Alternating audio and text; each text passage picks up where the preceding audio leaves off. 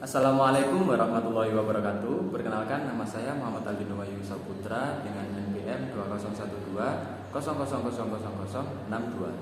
Di sini saya akan menjelaskan dan berbagi ilmu tentang 3 prinsip dasar hak asasi manusia atau HAM. Yang pertama yaitu keadilan atau equity. Di sini saya akan mengambil contoh tentang penjatuhan hukuman yang tidak membedakan. Pada dasarnya, hakim menjatuhkan hukuman kepada seseorang yang melanggar hukum tidak membedakan. Dalam arti yang bagaimana? Dalam arti jika ada seseorang yang mencuri kayu dan mencuri uang negara, perbandingannya jadi seperti ini. Pencuri kayu contohnya dihukum dan dipidana dengan hukuman 4 tahun penjara. Untuk pencuri uang negara dijatuhi hukuman 5 tahun penjara. Lantas, apakah sama? Jadi penjelasan menurut saya seperti ini. Jika pencuri kayu dengan alasan untuk memasak nasi untuk kebutuhan sehari-hari, pencuri kayu dijatuhi hukuman atau divonis hukuman dengan 4 tahun penjara. Untuk pencuri uang negara dijatuhi hukuman 5 tahun penjara. Jadi seperti ini. Kedua orang sama-sama mencuri, tetapi apakah sama hukumannya? Jadi penjelasan menurut saya seperti ini. Jika sama-sama mencuri, hakim harus bisa menyamakan hukuman. Mencuri kayu dengan alasan untuk kebutuhan sehari-hari, memasak nasi dan lain sebagainya. Pada intinya sama-sama membutuhkan untuk kebutuhan hidup sehari-hari. Tetapi yang dirugikan kemungkinan hanya satu orang. Yang pencuri kayu ya, kemungkinan hanya satu orang, si pemilik tanah dan pemilik kayu tersebut. Dihukum dan dipenjarakan di tempat yang tidak enak.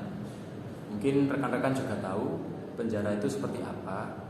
Mungkin ada yang sudah tahu ya penjara isinya seperti apa dan tempatnya seperti apa juga.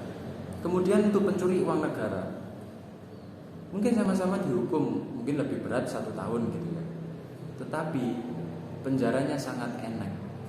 Seperti yang kita lihat dari postingan, dari info dan di berbagai media sosial lainnya.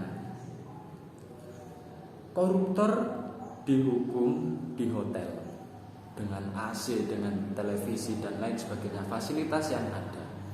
Seakan-akan hidup di penjara itu bukan di penjara begitu, tetapi seperti di hotel, seperti pindah tempat tidur gitu aja. Nah, ini hakim harus bisa menyamakan. Jika si pencuri kayu dihukum 4 tahun di tempat yang tidak enak, kemudian pencuri uang negara atau koruptor harus juga dihukum yang di tempat yang lebih tidak enak lagi. Karena apa? Menurut saya itu sangat merugikan. Satu, negara. Yang kedua, rakyat. Semua masyarakat dirugikan. Bahkan negara Indonesia juga sampai memiliki hutang yang sangat banyak gara-gara ulah koruptor tersebut. Di dalam keadilan atau equity juga mengandung equality, tidak membeda-bedakan ras, agama dan golongan lain sebagainya. Jadi hakim harus bisa menyamakan begitu. Tidak peduli entah itu ras apa, orang kulit hitam atau orang kulit putih. Mungkin jangan sampai ya hakim itu berpikiran seperti ini. Oh, ini orang kulit putih harus dijatuhi hukuman 1 tahun meskipun sama-sama mencuri. Oh, ini orang kulit hitam harus dijatuhi hukuman 10 tahun. Jangan sampai seperti itu. Kita harus bisa sesuai dengan pasal yang ada di dalam Undang-Undang Negara Republik Indonesia. Harus adil, seadil-adilnya. Jadi intinya untuk menjadi hakim itu harus adil kepada dirinya sendiri. Kalau tidak bisa adil di dalam dirinya sendiri, kemudian bagaimana bisa adil untuk orang lain begitu. Itu yang pertama. Untuk yang kedua, martabat atau dignity. Derajat seseorang tidak membedakan golongan, ras, agama, atau diskriminasi yang saya sebutkan tadi. Nah, jadi di prinsip keadilan harus adil seadil-adilnya. Untuk martabat juga tidak bisa membedakan begitu. Seseorang mempunyai kesalahan begitu. Untuk orang kulit hitam, orang kulit putih dijatuhi hukuman yang berbeda meskipun kesalahan yang sama. Itu tidak boleh. Apalagi agama, oh dia agama A, oh dia agama B, jadi yang agama A harus lebih rendah hukumannya. Itu tidak bisa seperti itu. Untuk prinsip dasar HAM yang kedua yaitu martabat. Martabat itu harus disamakan, tidak peduli golongan atas, golongan tengah, golongan bawah, harus membedakan. Untuk yang ketiga yaitu prinsip humanity. Saya mengambil contoh humanity, yaitu secara singkatnya yaitu memanusiakan manusia. Saya mengambil contoh juga dengan mencuri lah. Di suatu desa ada seseorang yang mencuri ayam, mencuri apalah gitu ya.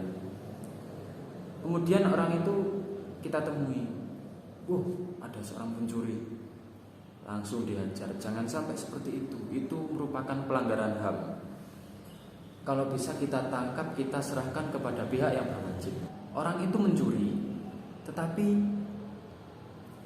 kita sudah geram melihatnya. Sudah banyak orang yang sudah kehilangan gitu ya. Sudah banyak orang yang merasa kehilangan gitu. Kita geram, langsung kita aniaya sendiri di situ.